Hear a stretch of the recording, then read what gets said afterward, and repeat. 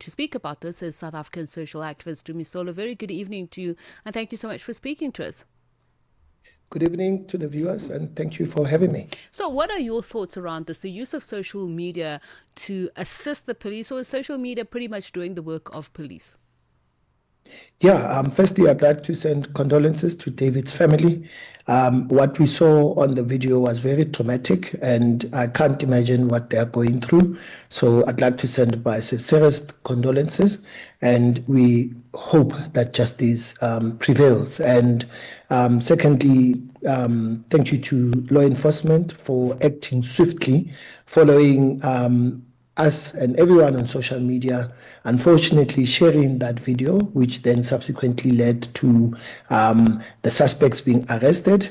And lastly, to answer your question, it was, in my view, through social media and the pressure that ultimately led to the cops acting with the speed in which they did. And therein lies the rub, Dumi, the pressure that galvanizes police to do their work. South Africans in general are frustrated with the pace, the efficacy of law enforcement on such cases, and the rapid circulation of dash cam footage on social media, one would imagine, is a tool that the police should have ready on hand for these investigations, for them to make quick arrests. Why is it taking social media activists to galvanize police, to your mind?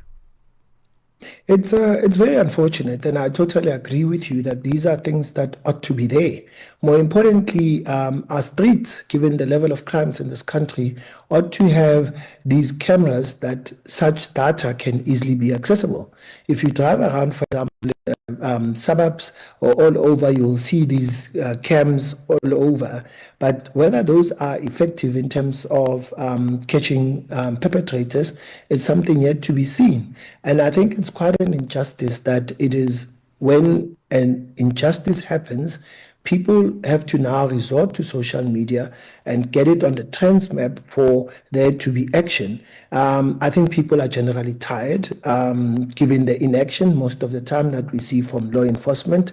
Sometimes there's no update post a case, but when these things come onto social media, we are able to monitor and constantly refer to various posts where we then seek that there be updates, and you will often see that these things are, expedited, be it in courts or through arrest or otherwise. But I do agree with your point that ordinarily such things should be available, and with the amount of money and budgets that are allocated, such resources should be there. We should also be having police officers with dash cams, body cams, on them, including JMPD, so that we can see effective implementation of policing as well.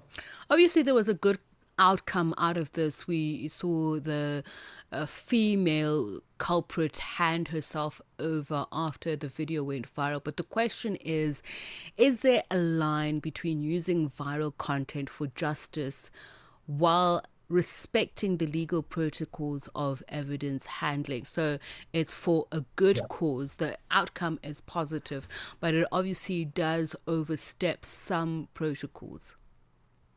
Absolutely. But I think for me, and often there's an overrider here, and that is in the interest of justice. Given the seriousness of the offense, for example, they have to then show why they should be released on bail. We now know, as a matter of fact, that all four of them have now been captured, and two handed themselves over, and they then abandoned their bail application. But I do think that there's value in social media and the overrider being in the interest of justice, which would often be seen as the swift action, sharing within the parameters, and ultimately ensuring that perpetrators are put and brought to book. But I do want to add one qualifier. There's the trend where, and it's unfortunate, and again, it's another evil, where you are able to take what you see on a dash cam, you put it onto AI or an AI tool, and it generates an image. That's quite dangerous because you would sometimes have a wrong picture or image that's generated, and it could get people either be arrested or for vigilantism to occur. And it's something that ought to be guarded against, and we don't want that. But people are desperate, as I said, they are tired of the levels of crime, and social media has now suddenly become, or has been, a tool for reaching a wider reach, but putting pressure, on law enforcement to do its job. And there are people who are just mischievous, who, as you say, Yes. could use AI to generate content that is, for deep fake purposes, and actually point a Absolutely. finger at somebody who is completely blameless of whatever. So in that case, how do we teach people to use this responsibly, this tool, this crime fighting tool, responsibly, and protect the identities of people? Yeah, I think there's a greater need for awareness, right? So education on what can social media do, what can it achieve, and ultimately some of the limitations. Again, given the serious crime threats and trends in South Africa, people really often come to social media because they don't know what to do. You would walk into a police station, you would not be attended to on time, for example. Some people are still waiting for cases. Some of those cases are not allocated an investigator or otherwise. So there's the discomfort and disheartening associated with the speedy resolution of offenses, especially cases of GBV, for example. However, the element of awareness and teaching is something that ought to be continuous. And I think law enforcement, including our government, ought to embark on an initiative.